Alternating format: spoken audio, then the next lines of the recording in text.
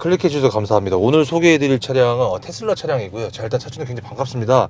안녕하세요. 안녕하세요. 자기소개 좀, 그냥 나이랑 사신 지역만. 예, 저는 41세 강남구에 살고 있는 테슬라 모델 S 오너입니다. 41세요? 네네. 되게 동안이시네. 깜짝 놀랐습니다. 네, 알겠습니다. 요거 차량명이랑 연식, 등급, 트림, 선택 옵션 좀 소개 좀 부탁드릴게요. 네, 테슬라 모델 S 롱레인지고요. 모델 S. 네, 뭐 모델 S가 두 가지 트림밖에 없다 보니까 롱레인지 아니면 퍼포먼스였는데 제가 구매할 때는 저는 굳이 퍼포먼스까지는 필요 없어서 이제 롱레인지로 했고 트림도 많진 않습니다. 옵션이 기본적으로 다 세팅이 돼 있기 때문에 저는 가장 기본적인 이제 블랙 인테리어에 이제 오토파일럿 기능까지 탑재된 모델로 이제 선택했다고 봐주시면 될 것 같습니다. 오토파일럿은 사실 FSD랑 좀 다른 거죠? 네, 오토파일럿은 반자율 주행이고요. 반자율 주행. 네, 이제 FSD는 완전 자율 주행인데 네. 사실 아직 한국에서는 완전 자율 주행이라고 할 수는 없을 것 같고요. 네네, 미국에서는 좀 더 자유롭게 이제 하고 있는 상태로 알고 있고요. 알겠습니다. 자, 그러면은요, 혹시 해당 등급을 좀 구매한 이유가 있다면 모델 S, 모델 3도 있고 뭐 되게 많지만 일단은 모델 S로 선택하신 이유가 좀 있다면은? 네, 일단 디자인도 많이 봤고요. 그러니까 차에 제가 차를 되게 좋아하는 편이라서 차의 비율이 얼마나 이쁘냐 이런 부분들도 좀 많이 고려를 했었었고 그 다음에 저도 가족이 있다 보니까 이제 좀 4인이 탔을 때 편한 차가 어떤 차일까 또 고려 많이 하고 이제 또 취미로 골프도 좋아하다 보니까 골프채가 얼마나 들어가냐 트렁크에 이런 것도 함께 고려해서 밸런스가 모델 S가 가장 좋아서 모델 S를 구매하게 됐습니다. 알겠습니다. 자, 그리고 혹시 요거 그러면 소유 기간이랑 현재 키로수? 네, 제가 이 차를 2020년 10월에 뽑았고요. 10월달. 네, 그래서 아직 1년이 조금 안 됐고 주행거리는 지금 18,000km 정도 18,000km 됐습니다. 알겠습니다. 이 차종을 사기 전에 분명 경쟁 차종도 있었을 거라 생각이 들거든요. 네, 저는 이제 요 차 살 때는 이제는 전기차를 한번 타보고 싶다라는 마음이 되게 커서 전기차 위주로 비교를 많이 했어요. 그래서 그 당시에 이제 제규어 아이페이스도 나왔었고 네, 벤츠 EQC도 나온다고 했었었고 그래서 다 시승을 해봤었고요. 그리고 아우디 이트론도 시승을 해봤고 근데 시승해서 비교를 해봤을 때 다른 차들이 뭐 인테리어나 이런 거는 당연히 더 우수했지만 이 자율주행 기능이나 출력이나 그리고 실제 수납 공간이나 이런 관점에서는 테슬라가 월등히 좋아서 이제 궁극적으로 테슬라를 구매하게 됐습니다. 모델 S로? 네네네. 그러면은 이거 차량 금액이 좀 궁금한데요. 네, 제가 구매했을 때랑 지금 가격이랑은 좀 많이 달라서요. 제가 구매할 때는 기본 가격이 1억 790만 원인가 그랬어요. 근데 이제 저는 보조금을 다 받았고 보조금을 1370만 원 가량 받았고 그 당시에 제가 딱 구매하는 그 주에 그 미국에서 루시드에어라는 이제 경쟁사가 새롭게 차를 출시했어요. 그러면서 가격을 테슬라보다 5,000불인가 낮게 이제 500만 원 가량 낮게 책정을 했었거든요. 그래서 테슬라한테 이제부터 전쟁은 시작된다 이렇게 했는데 이제 일론 머스크가 우리도 질 수 없다라고 해서 그때 갑자기 5,000불을 깎았어요. 아, 5,000불을. 네, 그래서 저도 급하게 이제 어드바이저한테 전화를 해서 네. 미국에서 가격 내렸는데 네. 나도 적용받아야 되는 거 아니냐. 그쵸, 그럴 수 있죠. 하니까 이제 본사에 전화하시더니 한 이틀 뒤에 아, 고객님도 적용 받으실 수 있다고 해서 네. 저는 이 1억 700만 원짜리 차를 한 8천만 원 중반대에 구입할 수 있었어요, 그때. 야, 대박이다. 네, 그래서 저는 예. 굉장히 좋고 지금은 이제 리프레쉬 모델이 나오면서 지금 테슬라 웹사이트에 들어가면 1억 2,500만 원에 팔고 있거든요. 네네네. 그러니까 지금 비교해보면 거의 4천만 원 정도 싸게 산 거죠. 한 3,500만 원 정도. 3,500만 원 정도? 네, 그래서 저는 굉장히 만족스럽게 네네. 타고 있습니다. 여기서 직진을 해야 되는데. 아, 예. 아, 예. 자, 그러면은요, 이거 혹시 결제는 혹시 어떻게 하셨는지? 저는 제가 10월 달에 구매를 하다 보니까 보조금이, 개인 보조금은 다 소진이 됐었어요. 그래서 이제 리스를 통해서 구매해야 보조금을 받을 수 있는 구조였어서 저는 리스로 구매를 했습니다. 혹시 그 간단하게 좀 조건을 좀 얘기해 줄 수 있나요? 저도 정확하게 기억은 안 나는데 네, 그렇죠. 이율이 한 2.5% 정도 됐었던 것 같고요. 5년 리스로 했고. 5년 리스로 얼마 넣고 혹시 얼마? 제가 한 7천만 원은 넣고 나머지 금액만 이제 리스로 하는 조건으로 해서 큰 부담 없이. 그럼 혹시 달에 혹시 지금 어느 정도 나간다 보네요? 지금은 한 40만 원 정도 나가는 것 40만 같아요. 원 정도? 네네네. 5년 동안 내는 건가요? 네네네. 오, 알겠습니다. 자, 보험료. 보험료는 이 차는 제가 140만 원을 내고 있고요. 140만 원 정도? 네네. 좀 더 싸질 수 있을 것 같은데 제가 그 전 차를 타면서 사고를 한 연달아 2번 본의 아니게 큰 사고는 아니었지만 이렇게 접촉사고 비슷하게 난 적이 있어서 조금 축하시네. 할증이 붙은 것 같습니다. 조금 할증 붙은 것 같다. 자, 이제는 저기 전기에 대한 질문인데요. 전기 충전 시 만땅 비용. 전기 충전 비용이죠. 한 번 충전할 때 어느 정도 나가는지 비용. 네, 저는 운이 좋게 그 집이랑 회사 근처에 데스티네이션 차저라고 이제 테슬라에서 제공하는 무료 완속 충전기가 있어서 저는 평소에는 돈이 안 들어요. 대박, 무료요? 네, 다만 이제 장거리 여행 갈 때는 이제 슈퍼차저나 급속 충전기를 쓰고 그거는 뭐 0에서 100까지는 잘 안 넣다 보니까 보통 한 20%에서 80% 사이에서 충전 많이 하는데 그렇게 충전했을 때 한 25,000원? 25,000원? 그 선에서 나오는 것 같거든요. 그러면 충전 소요된 시간은 몇? 그러니까 슈퍼차저나 급속 충전기에서 하면 슈퍼차저는 한 40분이면 20%에서 80%까지는 차는 것 같고요. 급속 충전, 다른 급속 충전기는 한 1시간 조금 넘게 소요되는 것 같습니다. 주행 가는 거리 몇 정도 나온다 보면 되나요? 이게 완전히 충전하면 제가 전비를 좋게 운전하면 한 딱 600km 나오고요. 600km? 네. 그리고 그냥 일반적으로 운전하면 한 500, 뭐 60, 70 정도 나오는 것 같아요. 오, 알겠습니다. 자, 그러면 이게 한 달 유지비가, 차주님은 한 달 유지비가 혹시 어느 정도 나가는 편이세요?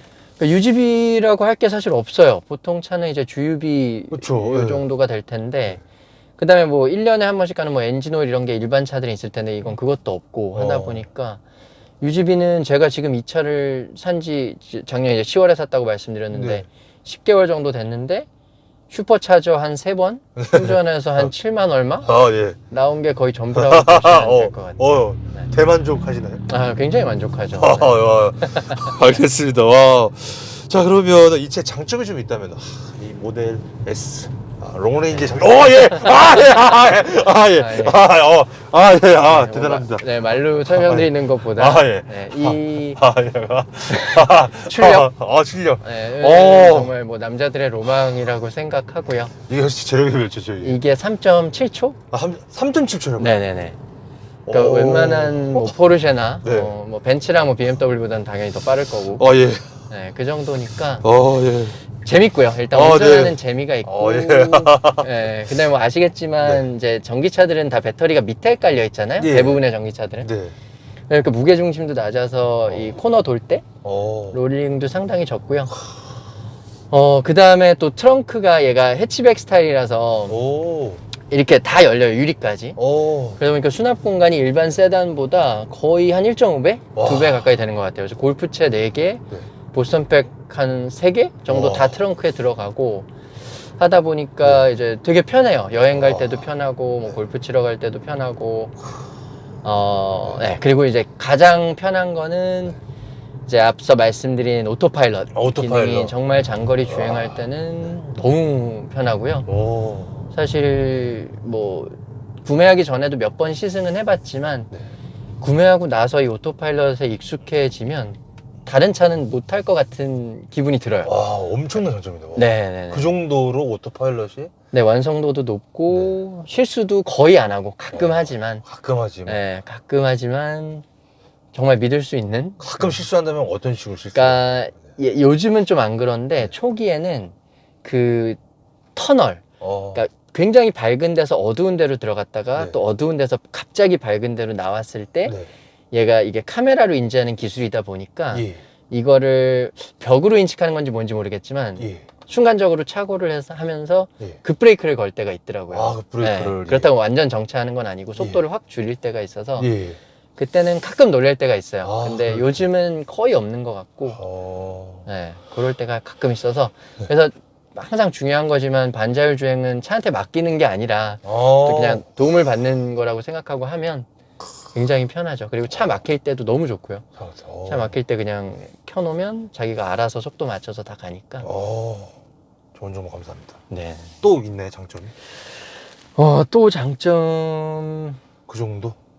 그 정도가 제일 큰 그리고 또 하나가 이제 뭐 전기차들은 다 비슷하긴 한데 얘도 회생제동이 많이 걸리는 편이라서 브레이크 밟을 일이 거의 없어요. 브레이크 밟을 일이? 네. 그래서 제가 지금 그 광진구 남자님 모시고 이렇게 타면서도 브레이크 한 번도 안 밟았거든요. 그래요? 그러니까 제가 속도를 이렇게 타고 가다가 줄이고 싶으면 악셀에서 살짝 떼면 속도가 자연스럽게 주는 거예요. 그리고 완전 떼면 완전히 멈추고. 그러니까 이게 처음에는 낯선데 하다 보면 이제 발을 옮길 필요가 없는 거예요. 그냥 악셀만 밟았다 뗐다 하면 되다 보니까 이것도 운전 피로도를 많이 또 줄여주더라고요. 그러니까 브레이크 패드도 안 갈아도 되고. 맞아요. 브레이크 패드 마모도도 다른 차들 대비 거의 절반 정도여서 절반 정도여서 네, 5년 타도 뭐 50% 남아있다 뭐 50%. 이런 분들도 많으시더라고요. 알겠습니다. 또 장점이 또 있나요? 또 뭐가 있을까요? 그 정도? 그 정도인 것 같습니다. 뭐 서스펜션 자유롭게 세팅하는 것도 되게 좋고요. 그리고 서스펜션 세팅하는 것도 세팅하는 건데 저도 주차장이 회사 쪽 주차장이 턱이 되게 높아요. 그래서 이 차가 낮은 차다 보니까 그냥 가면 밑에가 긁히는 경우가 있더라고요. 그래서 한두 번 긁히고 나서 이제 서스펜션 세팅하고 이 위치 기억해라고 눌러놓으면 거의 갈 때마다 자기가 자동으로 올려주거든요. 대박. 그래서 그거는 되게 편한 것 같아요. 되게 편하고 제가 매번 할 필요 없고. 그래서 그것도 되게 좋고 친구들한테 얘기해줘도 이제 와 이건 진짜 편하겠다고 얘기하죠. 또 있나요? 그 정도일 것 같습니다. 그다음에 뭐 유지비 덜 드는 거. 자, 그럼 반대로 단점이 좀 있다면 좀 궁금하거든요. 단점 있나요? 이제 인테리어가 인테리어? 인테리어가 사실 이게 2012년 나왔을 때 거의 그대로예요. 이 차가 미국에서는 이제 2012년에 나온 모델인데 인테리어 디자인이 크게 바뀐 게 없거든요. 이런 디테일만 이제 색상이 바뀌고 요 마감도 조금 더 좋아졌는데 고급 스웨이드 쓰고 하지만 전반적인 디자인은 거의 10년 전에 나온 디자인이다 보니까 조금 올드하다면 올드할 수 있겠죠. 이런 우드나 이런 부분들이. 그렇구나. 네, 그래 그게 좀 아쉽다면 아쉬운 부분. 그 다음에 수납 공간 측면에서 트렁크나 뭐 앞에 프렁크는 굉장히 넓은데 그 문 쪽에 보시면 느끼시겠지만 문의 수납 공간이 없어요. 그러네요. 네, 그래서 그게 되게 낯설어요 처음에는. 대신에 여기가 굉장히 넓어요. 지금 이거 밑에도 다 수납 공간이거든요. 그래서 대부분 짐을 여기 보관하고 다니는데 이것도 뭐 익숙해지면 나쁘진 않은데 좀 가끔 아쉬울 때 있습니다. 여기에 뭐 이렇게 물병도 꽂아놓고 뭐 이렇게 그렇죠. 잡동사니 넣고 다닐 수 있는데 그런 부분이 조금 아쉬울 때도 있고요.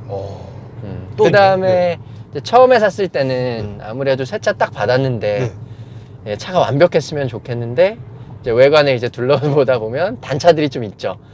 이제 예를 들어 창문들이 딱 이렇게 얼라인이 안 돼 있다거나 조금 튀어나와 있다거나 이제 그 크롬 디테일들이 좀 튀어나와 있다거나 이런 부분들이 있는데 그리고 안쪽에도 이제 마감재 단차들이 조금씩은 있었고요. 근데 안쪽은 센터에 가서 말씀드리니까 다 잡아주셨어요.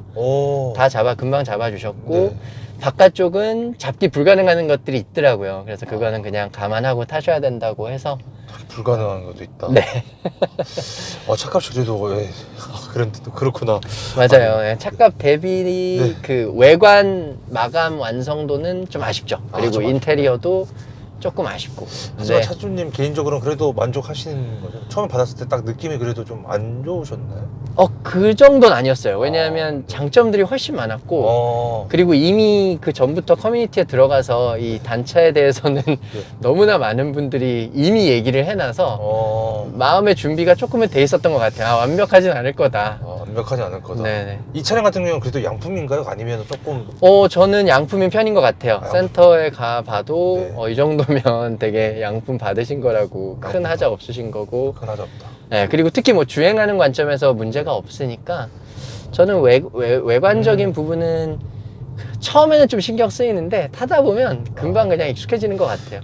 근데 단차 같은 경우는 보통은 그냥 다시 잡아는 주는데 좀 더 벌어질 수 있다, 약간 그런 식으로 좀 얘기하는 경우도 있다고 말씀하시는데, 서비스 센터 쪽에서. 네네. 못 잡는 경우도 있다라고 하셨던 건 혹시 이 차는 어디가 못 잡은?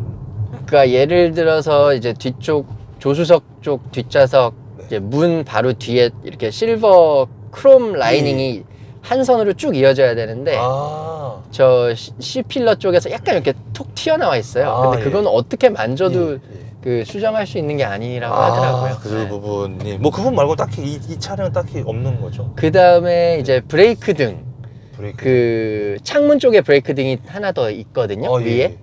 근데 그게 약간 오른쪽이 왼쪽보다 약간 내려앉아 있어요. 큰 지장은 아닌데. 그래서 그걸 말씀드렸더니 이게 안에서 고칠 수 있는 게 아니라 뒤에 창문을 뜯어내야 되는 작업이라고 하더라고요.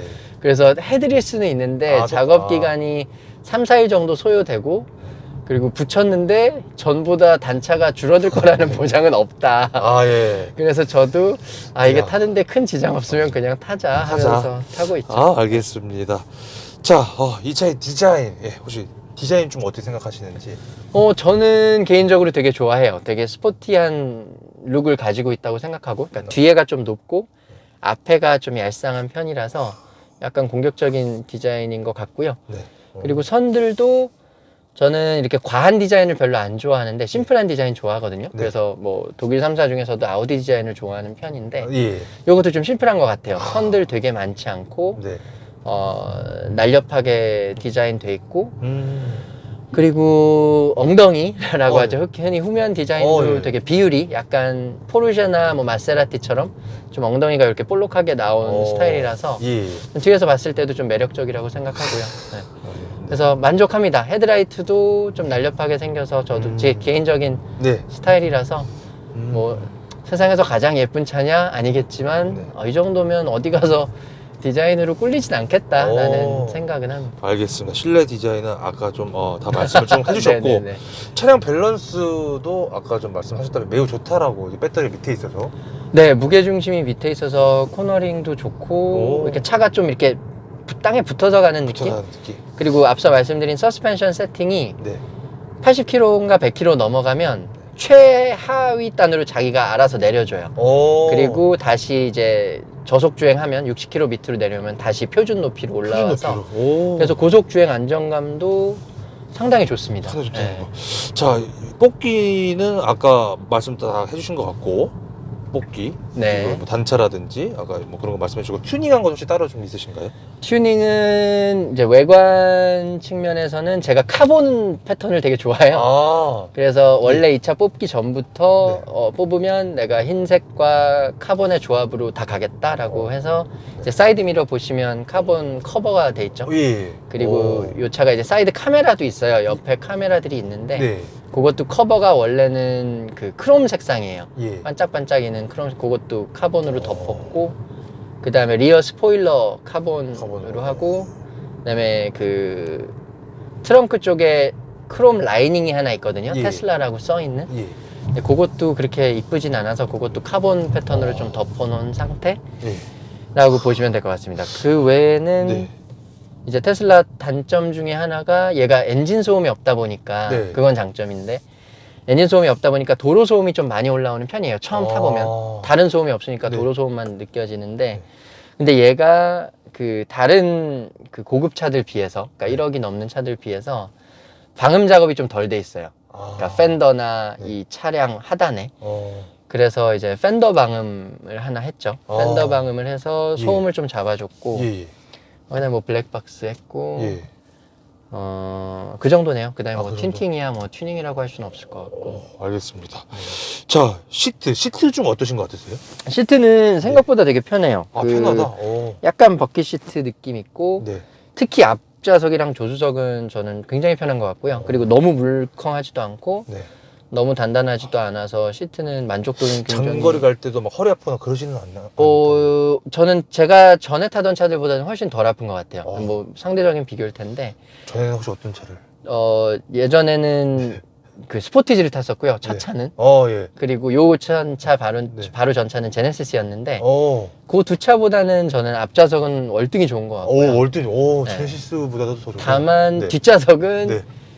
조금 불편해요. 왜냐하면 이 배터리가 밑에 있다 보니까 예. 이 다리가 약간 올라와요. 아. 그래서 이렇게 다리를 바닥에 대고 앉으면 무릎이 약간 뜨는 느낌? 그래서 그래서 그게 있어서 네. 다만 이제 공간은 충분히 넓어서 네. 앞뒤 공간이 좁아서 불편한 느낌은 없는데 네. 그 밑에가 좀 바닥이 올라와 있다 보니까 예전에 그냥 일반 내연기관차 타던 분들은 네. 그게 조금 불편하다고 느끼시는 부분이 있고 되게 좋은 정보 감사합니다. 네, 예. 그리고 뒷좌석이 각도가 예. 조금 서 있어요.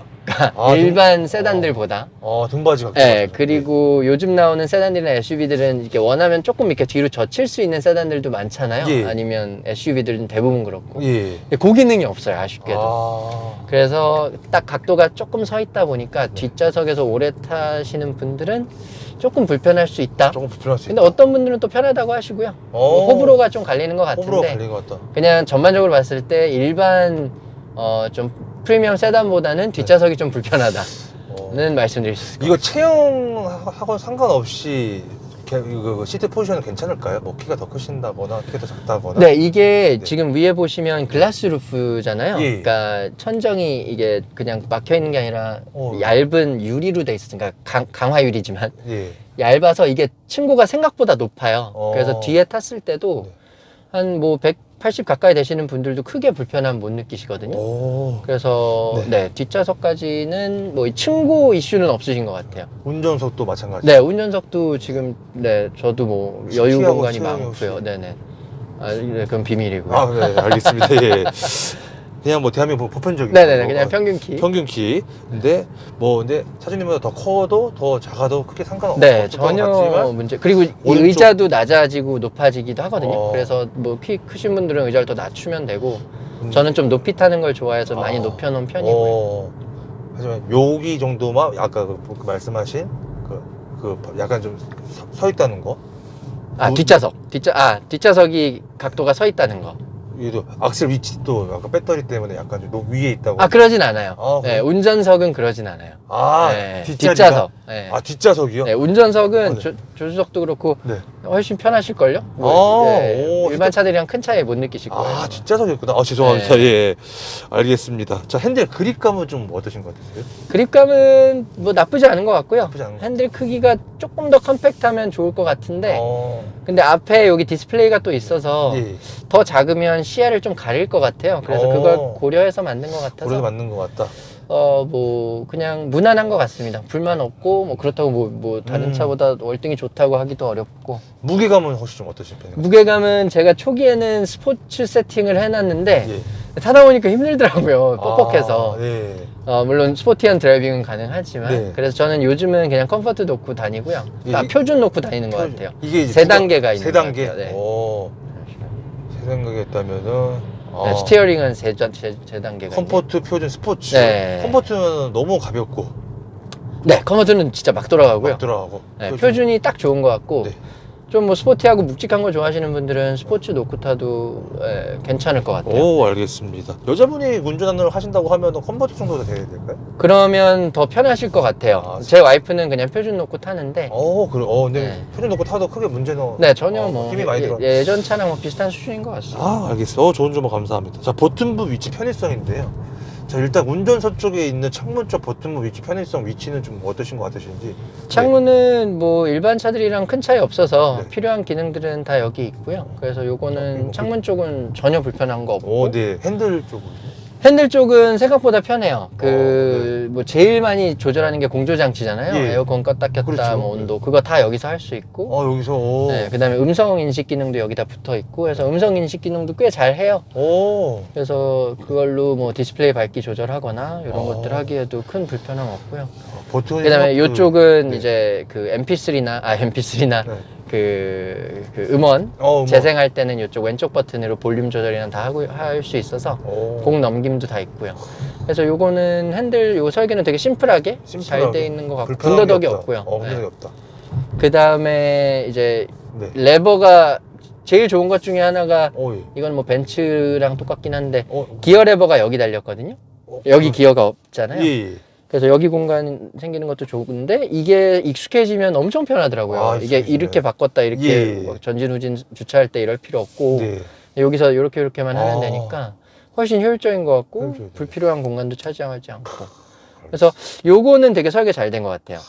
네, 이거에 대해서는 이제 호불호가 많이 갈리는데 여기는 좀 어때요? 아날로그 버튼이 하나도 없다 보니까 처음에는 적응하는데 좀 시간이 걸렸어요. 뭐 하려고 그러면 한참 메뉴 타고 들어가야 되고 막 어디 있는지 헷갈리고 이러는데 그럴 것 같아요. 막상 익숙해지면 크게 불편함 없는 것 같아요. 그냥 여기서 공조 장치 다 할 수 있고 모드 다 선택할 수 있고 뭐 열선 시트도 다 바로 켤 수 있고 여기서 뭐 뒤에 카메라도 바로 볼 수 있고 그래서 익숙해지기 나름인 것 같고요. 이거는 뭐 아날로그 버튼이 더 좋다, 디지털이 더 좋다 이건 아닌 것 같아요. 그냥 익숙해지면 서로 더 편한 것 같아요. 서로 편하다. 좋은 점 감사합니다. 여기 비상 깜빡이가 여기 얘기는. 네, 요거 하나만 아날로그 버튼 하고 요거는 저기 컴파트먼트 여는 거. 그거 두 개만 아날로그고 나머진 다. 요 두 개 딱히 뭐 불편하고 그러진 않죠. 네, 이거 위치 좋고요. 그냥 위치 바로 좋다. 닫고. 네, 요건 좀 먼데 이건 뭐 조수석에서 여는 경우가 더 많을 테니까. 좋은 정보 감사합니다. 자, 그러면 혹시 제일 많이 쓰는 버튼이 혹시 어떤 거세요? 차주님께서는? 저는 이 핸들 버튼을 제일 많이 써요. 핸들 막상 버튼. 요거는 제가 뭐 서스펜션을 높이거나 낮춰야 되거나 아니면은 뭐 잠깐 뒤에 카메라를 켜야 되거나 이런 상황이 아니면 크게 쓸 일은 없는 것 같고요. 그리고 내비 검색할 때는 쓰겠죠. 내비 검색할 때. 네. 그 정도. 그리고 웬만한 건 다 여기서 해결하는 것 같아요. 웬만하다. 네네. 다 되니까. 알겠습니다. 자, 그러면은 아까 승차가 서스펜션 아까 말씀해 주셨는데 요철 같은 거 지나갈 때는 좀 어떤 거 같으세요? 이거 서스펜션 세팅도 이제 두 가지 모드가 있고 좀 단단하게 할 수가 있고 조금 더 말랑말랑하게 할 수 있는데 저는 스포츠 노크 타거든요. 좀 더 단단한 건데 세팅이 꽤 괜찮은 것 같아요. 그러니까 너무 물컹물컹 하지도 않고 그렇다고 너무 단단해서 뭐 요철 지나거나 뭐 이럴 때 불편한 감은 없어서 지금 타시면서도 느끼시겠지만 뭐 되게 불편하거나 이러진 않으실 것 같거든요. 그러면은 만약에 전 단계로 하면은 좀 소프트한 걸 바꾸면 많이 물컹물컹해져. 네, 오히려 저는 그게 좀 더 너무 흔들려서 좀 불편하더라고요. 그래서 오히려. 스포츠를 놓으니까 좀 오히려 또 딱 잡아줘서 중심 있게. 그래서 저는 더 잘 맞더라고요. 이거 뭐 개인마다 편차가 있겠지만. 가속력 이게 혹시 제로백이 아까 3.7초? 네, 아까 말씀드린 대로 3.7초. 그러면은 요거 혹시 이 차를 가지고 혹시 최고 속도는 몇 가지 밟아보신 적 있으세요? 제가 200 조금 넘게. 그러면은 200 조금 더 넓게 밟았을 때의 차량 안정감이라고 해야 되나요? 괜찮았어요.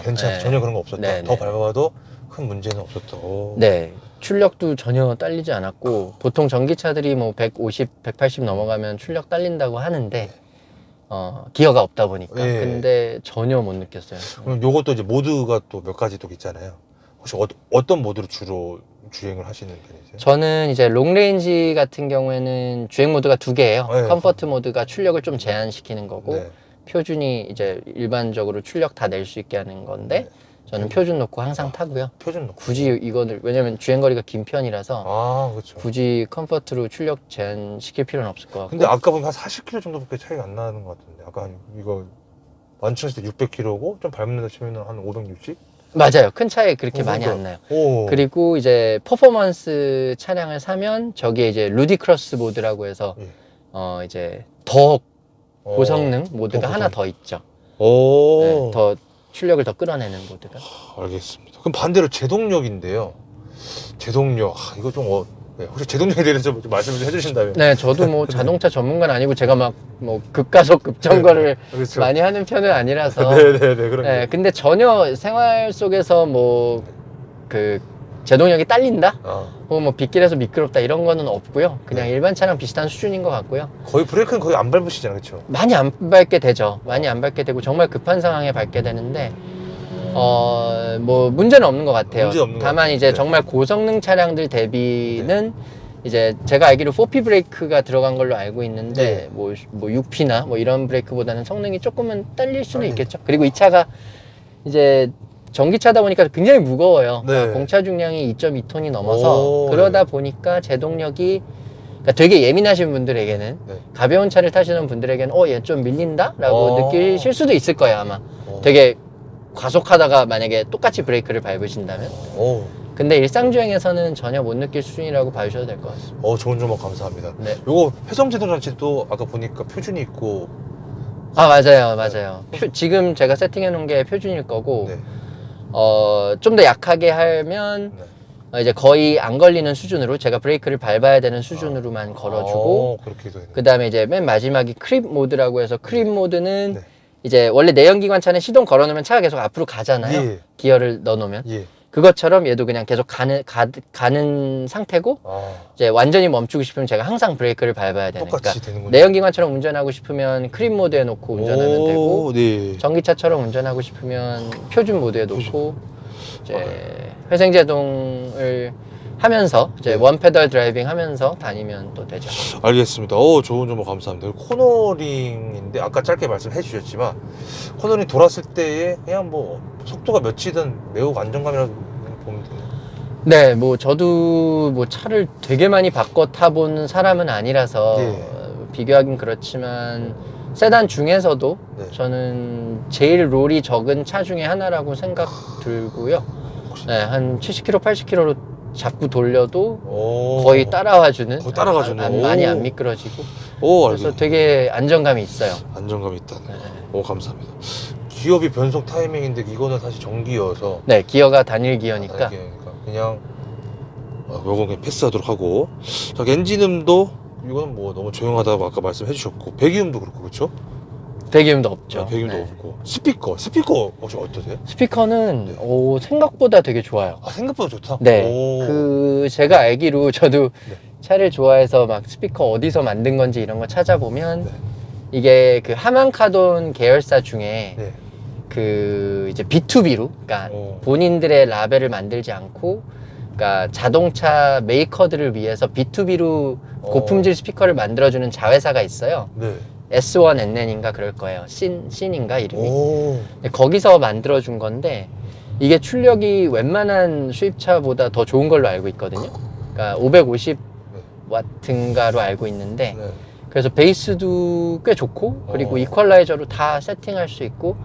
초기에는 테슬라가 그러니까 모델 3는 여전히 그런데 스피커 옵션을 선택할 수 있어요. 그러니까 기본이 있고 그 다음에 프리미엄 오디오가 있는데, 모델 S도 초기에는 그랬어요.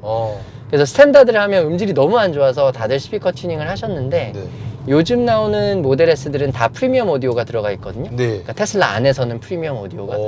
그래서 저는 되게 만족해요. 만족하고 음질도 상당히 좋습니다. 프리미엄 스피커라는 거? 네네네. 알겠습니다. 자, 실내 사이즈는 아까 충분히 다 말씀해 주셨고, 뒷자리 사람 탔을 때도 약간 그냥 뭐 괜찮다, 약간 서 있긴 하지만 약간 반반인 것 같다. 좀 장거리 갔을 때 좀 불편할 수도 있다. 네. 알겠습니다. 자, 일단 차량에 대해서 많은 거를 좀 말씀을 조금 나눴는데요. 지금 한 종합적으로 봤을 때 혹시 후회되시는 부분이 좀 있으신가요? 후회되는 거는 뭐 예를 들어서 차량 선택이라든지 그냥 요거 살 걸 그랬나? 아니면 뭐 등급이라든지 옵션이라든지 넣을 걸 그랬나? 가끔씩 퍼포먼스는 어떤 느낌일까? 가끔씩. 얘도 이렇게 재밌는데 예. 예. 퍼포먼스는 어떤 느낌일까라는 생각이 들 때 있는데 예. 이제 차량 가격 차이가 거의 3천만 원 나다 보니까 그 정도 더 주고 제가 레이서도 아니고 그쵸. 그 정도 일상생활에서 그렇다고 제가 뭐 2.4초대 차를 계속 제로백 하고 다닐 건 아니다 보니까 그거는 그냥 다음에 한번 타보자, 시승 한번 해보자 시승 한번 해보자. 충분할 것 같고요. 아쉬운 거는 이제 제가 요거 사고 나서 이제 딱 이제 올해 초에 이제 리프레시 버전을 발표를 했죠. 리프레시 버전이라고 해서 외관은 거의 똑같은데 네네. 이제 안에가 이제 가로 화면이 아니라 세로 화면으로 들어가고 제일 큰 변화는 그 뒷좌석이 더 고급스러워지고 앞좌석도 이제 더 고급스러워지고 이제 여기 없는 통풍 시트가 들어갔어요. 통풍 시트. 네, 그래서 그게 조금 아쉽죠. 그 인테리어가 있는 옵션을 샀으면 더 좋았을 텐데 근데 반대로 또 아까 말씀드린 것처럼 제가 워낙 좋은 보조금도 다 받고 지금은 이제 모델 S는 보조금을 못 받거든요. 이제는 9천만 원 넘는 전기차는 보조금을 하나도 안 제공하다 보니까 그래서 지금은 거의 4천만 원 가까이 가격 차이가 나다 보니까 사실 이제는 좀 부담스러운 차죠. 그래서 그래서 충분히 만족합니다. 알겠습니다. 자, 보증계 내외 수리하신 거라고는 요 단차 정도가 있다고 하면 될까요? 네, 실내 단차는 제가 뭐 서비스 센터에서 받아서 이제 그 바로 얘기해서 근데 그때는 조금 시간이 걸렸어요. 그때는 서비스 센터가 국내에 많지 않아서 제가 한 3주 정도 걸렸던 것 같아요. 그 들어갈 수 있을 때까지. 근데 최근에는 한 1년 사이에 서비스 센터를 많이 만들었어요. 서울 안에도. 그래서 요즘은 그렇게 등록하면 거의 일주일 내로 서비스 센터에서 오거나 그러니까 큰 이슈가 아니면 단차 같은 거는 집에서도 다 잡아줄 수 있거든요. 그래서 집에서 와서 잡아주기도 하고 이제 요거는 센터 들어가셔야 되는 이슈다라고 하면 이제 센터에서 예약을 해줘서 한 1, 2주 안으로 요즘은 많이 되는 것 같아요. 근데 최근에 또 모델 Y가 많이 팔려서 어떻게 됐는지는 또 모르겠네요. 저도. 알겠습니다. 이거 단차가 이거 차주님 같은 경우 단차가 어디 부분이 좀 많이 안 맞아요? 저는 실내 쪽은 그러니까 문 하단 쪽에 이제 문에서 필러로 건너가고 필러에서 문으로 건너가는 그 갭들이 생각보다 좀 많이 벌어져 있었어요. 한 1, 2cm 정도. 그래서 요거 너무 심하다라고 말씀드리면 이제 그거는 좀 분해한 다음에 다시 조립해서 다 잡아주셨고 그 다음에 창문 쪽에서 이렇게 끽끽 소리 나는 게 한 번 있었어요. 문 열 때.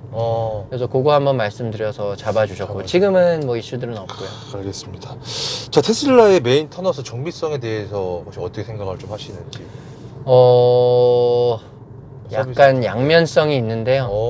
좋은 점은 이것도 센터마다 평이 되게 다르세요. 커뮤니티나 이런 데 들어가 보면 어디는 되게 불친절하다고 하시는데 제가 가는 데는 되게 친절하세요. 친절하다. 되게 친절하시고 다 들어주시고 어떻게 해서든 도와주시려고 하는데 또 반대로 답답하면은 못 고치는 것도 되게 많으세요. 그러니까 이거는 못 고친다 혹은 아직은 저희가 해드릴 수가 없다. 아직은 그런 면들이 있어서 그리고 본사 방침이다 이런 말씀을 많이 하셔서 좀 그런 부분은 조금 아쉽지만 뭐 어쩔 수 없는 단계인 것 같기도 하고요.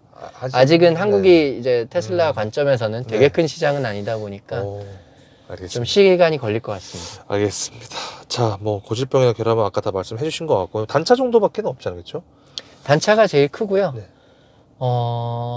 그 다음에 이제 그쵸, 고질병이라기보다는 이제 단점은 충전 인프라가 아직도 전기차를 타기에는 물론 서울은 되게 잘 돼 있다고는 하지만 집이랑 회사 쪽에 충전기가 없는 분들은 되게 피곤하실 수도 있을 것 같아요. 추천 못하죠, 절대적으로. 네, 아직은. 지인분이 만약에 산다고 하면. 네, 왜냐하면 급속 충전은 말씀드린 바와 같이 뭐 3, 40분이면 하니까 그냥 잠깐 가서 뭐 커피 한잔 하고 오면 다 차 있는데 이제 완속 충전은 뭐 이 차는 배터리가 100kW다 보니까 보통 완속 충전기가 테슬라 전용 완속 충전기는 1시간에 7kW 정도 차거든요. 그러면 다 채우려면 0부터 100까지는 13시간 정도 걸린다는 거예요. 14시간. 굉장히 긴 시간이죠. 네. 물론 자는 시간에 충전하면 대부분 해결되긴 하지만. 네. 근데 그런 인프라가 없으시면 이제 계획을 너무 많이 하셔야 되기 때문에 뭐 언제 어디 가서 충전하고 그거는 조금 초기에는 되게 불편하실 수 있을 것 같아요. 알겠습니다. 그럼 가끔가다 그냥 마트에 가서 충전한다 라고 하는 분도 좀 계신데 그거는 어려우실 것 같아요. 왜냐면 마트에 가서 물론 마트에도 급속 충전기가 있으면 하실 수는 있는데 네. 전기차가 워낙 많이 팔리다 보니까 요즘에 그것도 전쟁이에요. 가서 차 있으면 기다려야 되고 또 다 충전됐는데 안 빼주면 또 시비 붙고 이럴 수 있기 때문에 그것도 예, 조금 피곤할 수 있습니다. 네. 사실 개인적인 비추천. 만약에 지인이 산다고 하면 야 그래도 사지 마라. 그러니까 집이나 회사에 있지 않으면 뭐 불편할 수 있으니까 조금 더 신중하게 해라. 근데 전기차 자체가 너무 좋은 것 같아요. 사실 내연기관 대비 부족한 게 출력, 뭐 주행거리 이제는 부족한 게 없는 것 같거든요. 다만 이제 뭐 내연기관차가 기름 한 1분 만에 넣지만 얘는 이제 몇십 분이 걸린다는 거. 그게 유일한 단점인 것 같고 환경에도 너무 좋고 하니까 장점이 너무 많은데 이제 사람이다 보니까 그 충전을 다 인내할 수 있냐, 그리고 충전기가 찼을 때 또 다른 충전기를 찾아가야 되는 그런 번거로움, 그런 거를 이제 감내할 수 있으면 사는 게 100% 맞고요. 네, 제가 계산을 해보니까 제가 하루에 100km 정도 타더라고요. 근데 유류비를 계산해 보니까 제가 1년에 500에서 600만 원 정도 쓰게 될 것 같더라고요. 제가 예전에 타던 제네시스를 타면, 그러니까 연비 한 5km에서 8km 사이인 차를 타면. 근데 그렇게 하면 저희가 평생 한 뭐 3, 40년 차를 탈 텐데 그렇게 이렇게 계산을 해보니까 평생 차 타면서 내연기관 차만 타면 연료비로 수입차 한 대 값 이상을 쓰겠더라고요. 그러니까 7천만 원, 8천만 원, 심지어는 1억까지도. 그래서 전기차 타니까 이거를 한 10년, 15년 정도 전기차를 꾸준히 타면 충분히 본전을 뽑겠더라고요. 그 계산까지 다 하셨구나. 대단하십니다. 좋은 정보 너무 감사합니다. 자, 잡소리인데 잡소리 따로 있나요? 풍절음 잡소리는 앞서 말씀드린 대로 방음이 상대적으로 덜 돼 있어서 프리미엄 세단들 대비. 그래서 도로 소음이 좀 많이 올라와요. 도로 소음 말고는 딱히 없다는 거. 그거 외에는 풍절음도 거의 없잖아요, 그렇죠? 없고 풍절음은 조금 있는 편이에요. 하지만 뭐 그것 때문에 되게 뭐 스트레스를 받는다 이런 수준은 아닌 것 같고요. 그 풍절음도 한 뭐 150. 네, 그죠. 뭐 그 정도 120 정도 넘어가면 좀 난다. 좀 난다. 근데 뭐 귀가 아프다 뭐 이런 거는 전혀 아니고요. 알겠습니다. 이 차를 사기 전에 커뮤니티나 유튜브 많이 보셨을 것 같은데. 네, 커뮤니티에 되게 많이 의지를 했고요. 왜냐하면 전기차도 처음이고 살 때는 이제 집이나 회사 쪽에 충전기가 없어서 이거 어떻게 해결하지 이런 고민도 많이 했어서 커뮤니티에서 정보 서칭도 많이 하고, 그 다음에 뭐 리스 조건이나 이런 것도 어디가 어느 회사가 더 좋은지 이런 것도 좀 많이 알아보고, 그 다음에 이제 차의 단점들에 대해서도 많이 알아보고 최종 결정했죠. 알겠습니다. 그리고 뭐 당시에 이슈가 좀 있었다면은 아까 말한 단차 정도나 그 정도만 있었겠죠? 구매 당시에 이슈가 있었다면. 네네, 그 정도 외에는 저는 양품을 받은 것 같습니다. 자, 이 차를 사시고 나서 주위 반응이 좀 궁금하거든요, 당시. 네, 일단 제가 한 8년 만에 차를 산 거라서 이제 친하신 분들은 이제 새 차 샀다고 굉장히 같이 행복해 해주셨고, 일단 전기차를 타는 분들이 주변에 워낙 없다 보니까 다들 굉장히 신기해요. 굉장히 신기해하고 걱정도 많이 하셨을 것 같기도 한데. 뭐 불편한 거 없냐 뭐 이런 것도 되게 많이 물어보시고, 그 다음에 뭐 대부분은 평은 되게 좋으셨어요. 디자인도 되게 멋있다고 해주시고, 그리고 타보신 분들은 이거 생각보다 승차감 되게 좋다고, 다들 테슬라 뭐 승차감 안 좋다 이런 얘기 하는데 사실 모델 3랑 모델 Y랑 모델 S랑 모델 X는 승차감이 좀 다르긴 하거든요.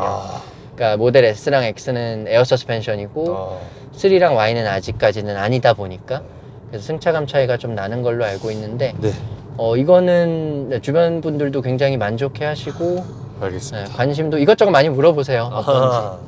알겠습니다. 사실 이 차를 타시면서 좀 에피소드 같은 게 좀 있었다면? 에피소드가 하나 있는데, 궁금해요. 제가 몇 개월 됐지? 한 3개월 전에? 3개월 전에 제가 이제 야근을 하고 있는데 네. 갑자기 와이프한테 사고 났다고 연락이 오는 거예요. 설마 2차? 2차가 제가 산 지도 얼마 안 됐는데 새 차인데. 예. 그래서 우선은 괜찮냐. 네. 그것도 아들이랑 같이 타고 있었는데 예, 그러니까 다행히 우리는 다 괜찮다고. 근데 그날 비가 정말 많이 오던 날이었어요. 네. 그래서 저도 이제 사무실에서 바로 나와서 택시도 안 잡혀서 이제 버스 타고 사고 현장으로 갔는데 이제 저희 차가 비상등 켜고 서 있고 그 뒤에 이제 소형차가 한 대 있었어요. 네. 근데 가서 보니까 그래서 보자마자 저도 이제 와이프랑 아들 상태를 확인하고 둘 다 괜찮고 이제 차를 봤죠. 네. 그래서 차 뒤에 가서 이제 뒤에 차가 받은 범퍼를 봤는데 정말 이 머리카락만한 기스가 나고 아무런 기스가 안 나 있는 거예요. 뭐지? 그래서 저는 이거 접촉사고인가 보다. 와이프랑 아들도 괜찮다고 하니까. 그래서 타서 이제 비가 오다 보니까 저보다 보험 설계사분이 먼저 도착해 계셨어요. 그래서 이거 접촉사고였나 봐요 하니까 그분이 깜짝 놀라면서 아니에요 사장님 이거 되게 큰 사고예요 하시는 거예요. 그래서 이 영상을 보여주는데 그 뒷분이 졸음운전을 하다가 정말 한 시속 30km로 저희 차를 그냥 들이받은 거예요. 근데 그 영상을 보니까 그 차가 저희 차는 완전 정차 상태였고 시속 30km로 와서 퉁 하고 봤는데 그 차만 뒤로 튕겨 나가는 거예요. 차가 이 차가 2.2톤이다 보니까 그 차가 뒤로 퉁 하고 튕겨 나가고 이 차는 정말 범퍼에 요만큼 기스가 난 거예요. 그래서 저도 그때 되게 속상하긴 했지만 이제 그분 100% 과실이다 보니까 그분이 다 수리비는 이제 부담을 해주셨고 차에 대한 신뢰가 생긴 거예요. 웬만한 사고 나서 이 차는 진짜 끄떡도 안 하겠다라는 생각이 들면서 되게 슬프기도 했지만 되게 안심이 되고 되게 믿음도 많이 생겼어요. 그래서 테슬라가 그 테슬라 기사나 이런 거 보시면 뭐 미국에서 제일 안전한 차다 이런 거 많이 듣거든요. 근데 그게 뭐 언론 플레이다 이런 거라는 얘기 많이 하는데 근데 저는 경험해 보니까 되게 안전한 차구나라는 생각 많이 들더라고요. 그래서 영상 보면 진짜 깜짝 놀래요. 진짜 와서 멈춰 있는 차를 그대로 그냥 꽝 들이받았는데 퉁 하고 그냥 튕겨져 나가요. 네. 알겠습니다. 좋은 정보도 감사합니다. 자, 이 차량에 대해 궁금하신 분들이 분명 이 영상을 볼 텐데 꼭 알아야 될 점이 있다면 좀 어떤 게 좀 있을까요? 뭐 꿀팁도 괜찮고 뭐 꼭 알아야 될 점. 네, 저는 사실 테슬라 사기 전에는 테슬라를 사고 나서 그 생각을 많이 해봤어요. 어떤 생각? 좋은 차란 무엇일까? 좋은 차란 무엇일까? 근데 이제 생각을 해보면 이제 어떤 분에게는 그런 좋은 차란 하차감이 될 수도 있고 어떤 분께는 승차감이 될 수도 있고 어떤 분께는 출력이 될 수도 있고 그렇죠. 어떤 분께는 뭐 핸들링 혹은 이 실내 인테리어 이런 게 될 수도 있잖아요. 근데 제가 테슬라를 사고 느끼는 거는 그런 거 다 중요해요. 다 중요하고 각자 뭐 개성에 따라서 선택하시면 되는데 제가 내린 결론은 가장 좋은 차는 운전해주는 차인 것 같아요. 운전해주는 차. 운전해주는 차. 정말 장거리 갈 때, 길 막힐 때 잠깐 그냥 핸들에 손만 얹고 잠깐 쉴 수 있고, 발도 쉴 수 있고 이런 차가 제일 좋은 차가 아닌가. 그리고 테슬라가 아직까지는 반자율 주행이나 자율 주행 관점에서 제일 앞서 있다 보니까 믿음도 많이 가고 많이 편해서 저는 정말 추천해드리고 싶은 차예요. 그게 모델 S가 됐건 모델 3가 됐건 Y가 됐건 정말 그러니까 비유를 하자면 예전에 아이폰 처음 나올 때 다들 피처폰의 장점들에 대해서 얘기했잖아요. 야, 아이폰 나왔다는데 그 작은 화면으로 인터넷 볼 수 있어? 아이폰 나왔다는데 야, 배터리 9시간밖에 안 간다며. 그 당시에 피처폰들은 막 2, 3일 갔잖아요. 근데 결국은 다 스마트폰으로 건너오는 거고 지금이 딱 그런 시기인 것 같아요. 다들 내연기관차 타다가 이제 전기차로 건너오자니 불편함들도 있고 단점들도 많이 보이긴 하는데 저는 결국 전기차로 다 올 수밖에 없다고 생각하고요. 아직까지는 전기차 기술에서는 테슬라가 제일 앞서 있다 보니까 만약에 전기차 사실 거면 되게 추천드릴 수 있는, 자신 있게 추천드릴 수 있는 차인 것 같아요. 알겠습니다. 예. 자, 구매 예정자분들께 조언을 좀 해주신다면 뭐 예를 들어서 FSD라든지 아니면 뭐 차량 등급이 관련돼서라든지 아니면 뭐 모델 뭐 그렇게 좀 여러 가지 좀 조언을 좀 해주신다면 저는 모델 3를 선택하시건 모델 S를 선택하시건 X나 Y를 선택하시건 롱레인지 트림이 가장 가성비 좋은 트림이라고 생각하고요. 롱레인지 트림. 왜냐면 주행거리가 보장되고 성능도 충분하고, 충분하고. 일상 속에서는. 네. 그러다 보니까 굳이 퍼포먼스까지 사실 필요는 없을 것 같고요. 예. 뭐 스피드 광이거나 정말 막 아드레날린을 느끼고 싶으신 분들이 아니시라면. 네. 그리고 옵션 중에는 그 FSD 옵션은 아직은 안 하셔도 될 것 같아요. 아직은 안 하셔도 될 것 같아요. 네, 몇몇 분들은 지금이 FSD가 가장 싼 시기이기 때문에 지금 맞아요. 사놔야 돈을 버는 거다라고 말씀을 주시는데, FSD가 아직까지도 미국에서 테스팅 중이고요. 네. 그러니까 신호 인식하고 뭐 도로 교통 상황 보고 우회전하고 좌회전, 이거는 아직도 테스팅 중이기 때문에 미국에서 그게 테스팅이 완료되고 실제 상용화되기까지도 시간이 필요할 텐데, 네. 그게 내년에 된다 해도 그게 한국에 들어와서 한국 신호 시스템에 커스터마이징이 되고 이러기에는 또 2, 3년 걸릴 거거든요. 네. 그러면은 한 2024년, 5년에 적용받을 수 있는 기술을 미리 1,000만 원 가량 주고 산다는 거는 그렇죠. 아직은 좀 시기상조인 것 같고요. 예. 네, 정말 완전 주행이 될 때는 뭐 충분히 1,000만 원의 가치는 할 수 있다고 생각하고요. 그리고 제가 알기로는 네. 최근에 지난달에 이제 네. 발표한 게, 테슬라가 그 FSD를 그 단일 상품이 아니라 이제는 구독 서비스로 선보인다고 이미 발표를 했어요. 그랬기 때문에 굳이 지금 살 필요 없고, 정말 내가 뭐 8월 달에 가족이랑 오랜 기간 여행을 갈 거다. 예. 그때 구독 서비스로 한 달 동안 신청하면 이제 되는 거예요. 그러면 월 20만 원 내고 풀 셀프 드라이빙 즐기고 필요 없을 땐 꺼놓고 이렇게 하면 되는 거기 때문에 굳이 아직 구매하실 필요는 없을 것 같습니다. 알겠습니다.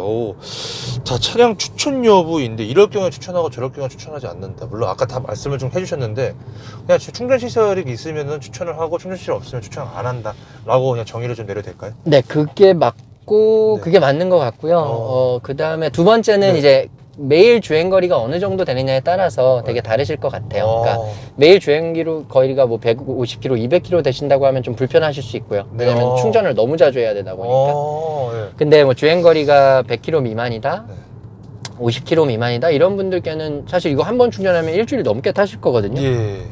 2주도 타실 거라서 그런 경우에는 훨씬 편하시겠죠. 충전에 대한 부담이 없으시니까. 네, 알겠습니다. 자, 이 차의 매력 한 줄 평으로 좀 말씀을 좀 해주신다면.